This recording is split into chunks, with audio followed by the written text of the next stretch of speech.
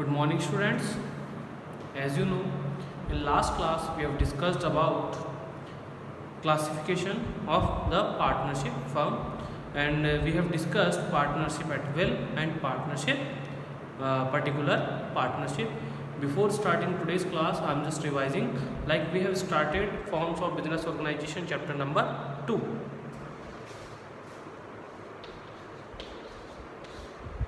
In which we have discussed about sole proprietorship, Hindu undivided family business, and now we are running partnership.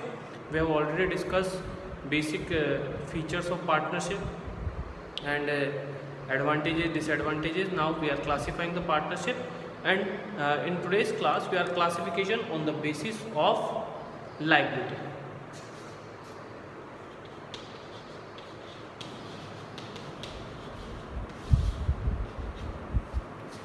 Liability के बारे में बात कर रहे हैं हम लोग, ठीक है। लाइबिलिटी का मतलब क्या है, क्या हो सकता है? Liability means we have to pay some, we have to taken care of our responsibilities. जो मार्केट से फंड्स लिए हैं, जो मार्केट से बोरो किए हैं, वो हमें पे करने होंगे। So the first is general partnership.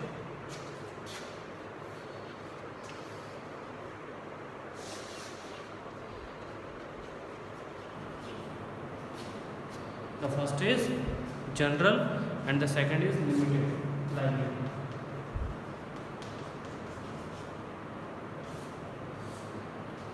एक ऐसी पार्टनरशिप जिसमें सारे मेंबर्स की लाइबिलिटी अनलिमिटेड होगी, ठीक है, जो कि बेसिकली हमने अभी तक पढ़ा है, जिसके बारे में हमने पढ़ते हुए आए हैं। A common partnership in which members liability is unlimited, all the partners liability is unlimited is called general partnership.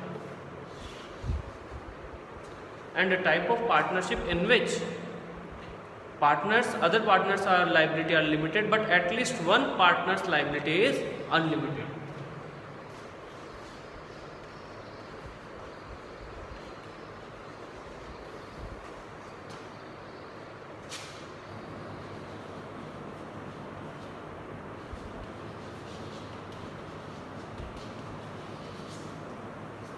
One or more partners' liability is unlimited.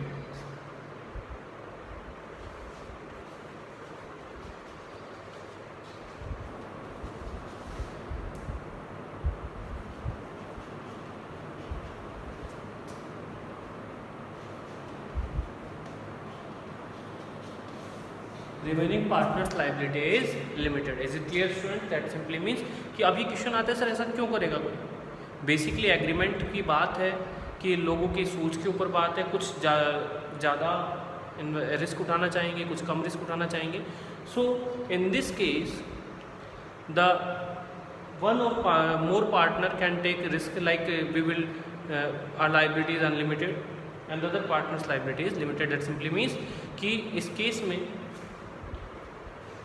remaining partners personal assets cannot be attached for compensation, for compensate the losses.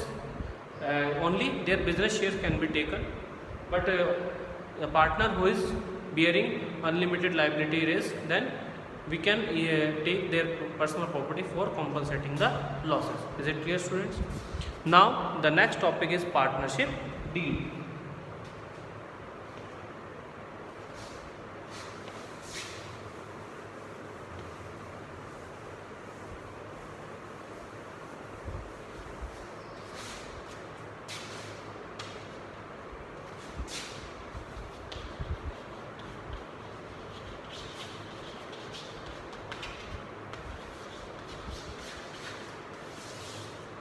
What do you understand by partnership deed? क्या होता है partnership deed का?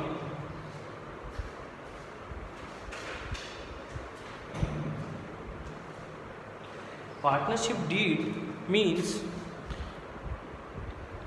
Is an, देखो ध्यान से समझना, as we know an agreement, एक agreement word हमने पढ़ा था, ठीक है।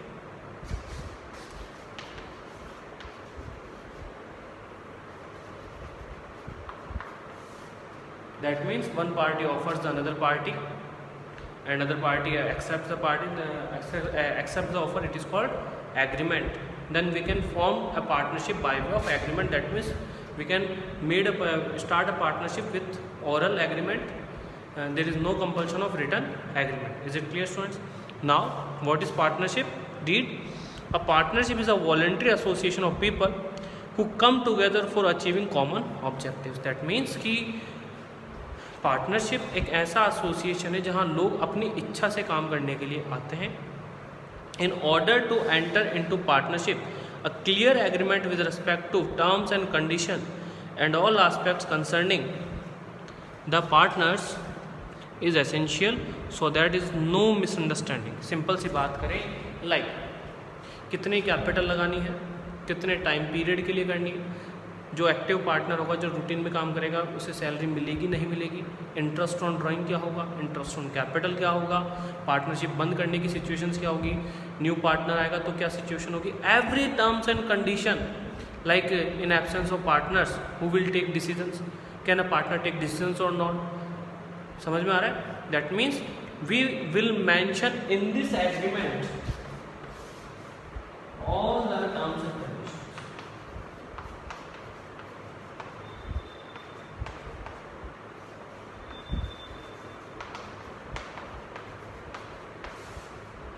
All the terms and conditions related to business. So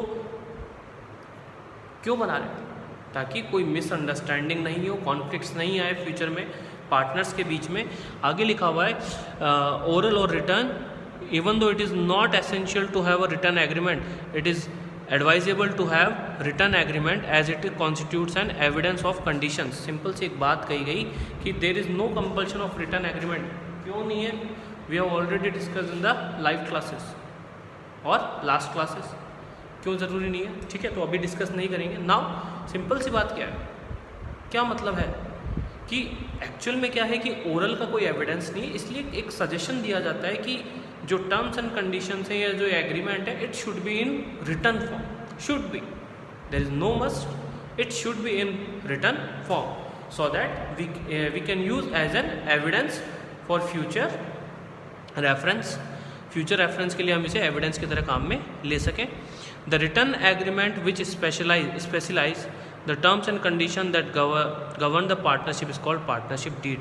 An agreement which covers all the terms and conditions related to business, it is called partnership deed. Is it clear, students? Clear हुआ आप लोगों को students? क्या किसे कहेंगे हम partnership deed? Okay students? So students, we are discussing about partnership deed. ठीक है?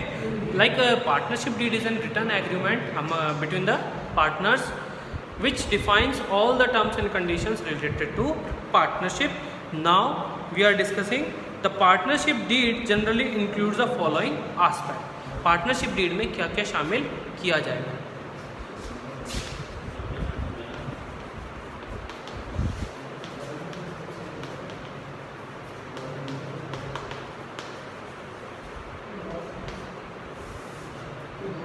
Aspects of partnership deed.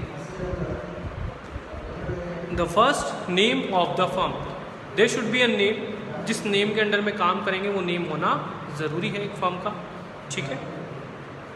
Second, name of business and location of business. Business का नाम क्या होगा और लोकेशन क्या होगी. लोकेशन देखो ज़रूरी है क्लियरली कहा जाए कि दो पार्टनर्स को पता हो कि उनकी लोकेशन क्या है.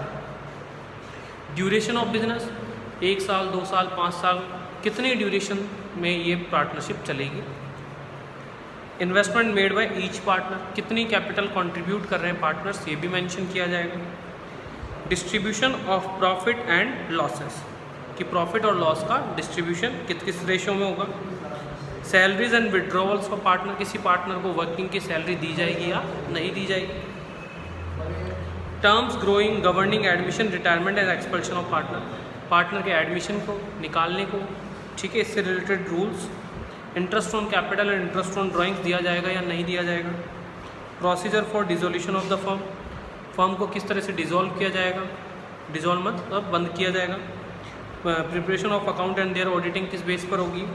And method of solving dispute, कि अगर लाइक एक पर्सन होता है ठीक है, जो कॉम्प्रो करवाने का काम करता है बेसिकली पार्टीज़ के बीच में, तो आर्बिट्रेटर कहते हैं उसको। तो आर्बिट्रेशन क्लॉज के थ्रू होगा, कोर्ट के थ्रू होगा, ये डिफाइन किया जाएगा। Now registration, the next is registration.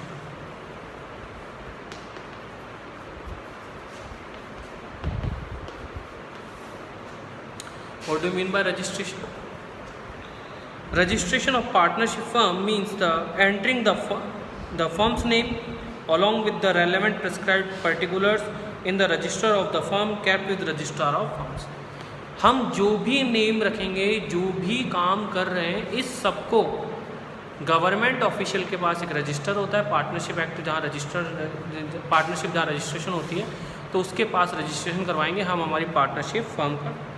It provides conclusive proofs of the existence of partnership. इससे एक प्रूफ मिल जाता है कि हाँ हमारी पार्टनरशिप वाकई में रियल में एग्जिस्टेंस में है, जिससे क्या होता है बाहर के जो लोग ट्रस्ट नहीं करते उनको भी ट्रस्ट हो जाता है कि हाँ चलो वाकई में एक फर्म तो है। It is optional for a partnership firm to get registered. वैसे तो ऑप्शनल है रजिस्ट्रेशन करवाना। In case a firm doesn't get registered it is deprived of many benefits. और अगर एक फर्म रजिस्टर्ड नहीं करवाती है तो उसे कई बेनिफिट्स नहीं मिलेंगे।